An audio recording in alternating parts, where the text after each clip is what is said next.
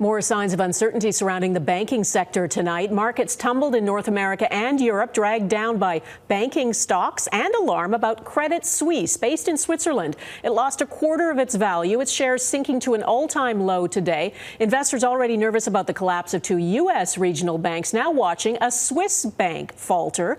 Our senior business correspondent, Gaviola, is with me. Anne, what's going on here?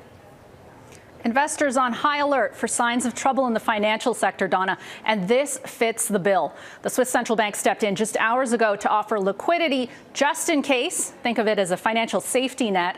And analysts tell me that Swiss authorities had no choice but to step up. This is Switzerland's second largest lender, a bank that is too big to fail.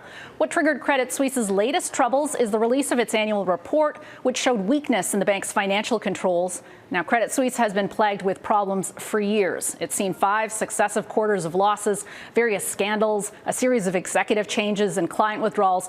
And when we talk about contagion, this may be a case of psychological, if not financial contagion.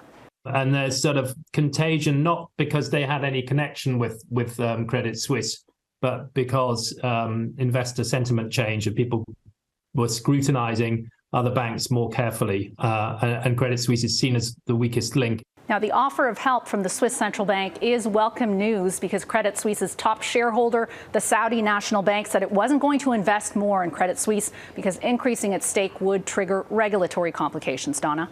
All right, and Anne, investors certainly wary. What happened to banking stocks overall today? They took a pummeling for the most part. European markets closed sharply lower. North American stock markets, as you mentioned, were mostly in the red too, including the TSX.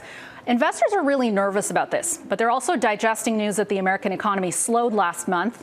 And investors are worried that this crisis isn't over, despite reassurances from government officials all around the world. We are likely to see more turmoil before this is fully behind us. But one thing to keep in mind, if some of this feels eerily reminiscent of 2007, major banks are overall on much more solid financial footing than they were back then. Donna? All right. Anne Gaviola in Toronto, thanks.